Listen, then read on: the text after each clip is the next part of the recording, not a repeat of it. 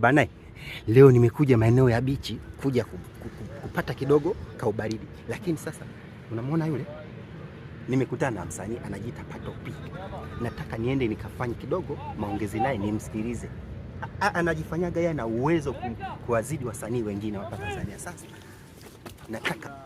nataka nifanye naye interview. Anakimbiaga kamera leo mwamba. Unamwona? Bana brother. Bana samani ndugu yangu. Vipi samani fresh kama kawaida? Shari kai. Pato P mwenyewe. Niambie mwanangu. Chele tutu Pato P. Bana, leo hajakimbia kamera. Na kama ilivyo kawaida tutafanya naye hapa interview kwa sababu alikuwa anatukimbia lakini leo tumembamba. Pato P. Yeah, inakuaje mzee? Hebu wape salamu kidogo wananchi. Bwana, chele tutu Pato P. Bwana, mimi ndo Pato P, mzee wa majimama, au sio bana? Boom. Rasta. Rais wa majimama. Yeah, mimi ndo rais wao. Rais kweli?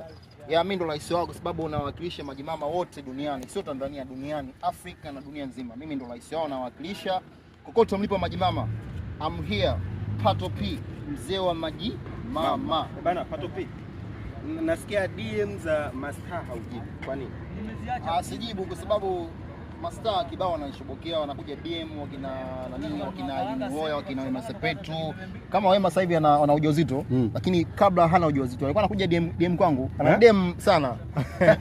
Sijisifi, hii ni true story, nakupa hii ndo sababu nasikia hata Wozu naye kama anakutafuta ila haongei, anakutafuta.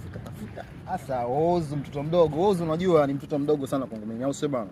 Sio kwamba baba anajiupload kwenye media hapa kwenye TV labda sio nitafuta kiki. Mimi kiki sitafuti, au sio bana? Mimi kiki sitafuti. Mimi ni star kwanza. Au sio bana? Mimi ni star long time, au sio bana? Majimama.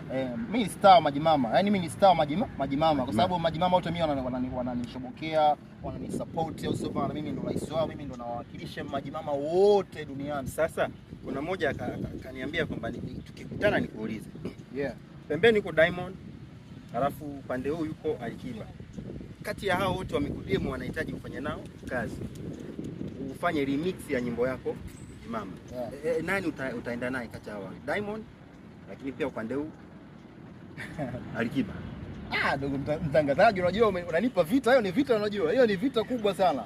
Kiukweli. Kiukweli bana, mimi watu wote mimi na appreciate, au sio bana?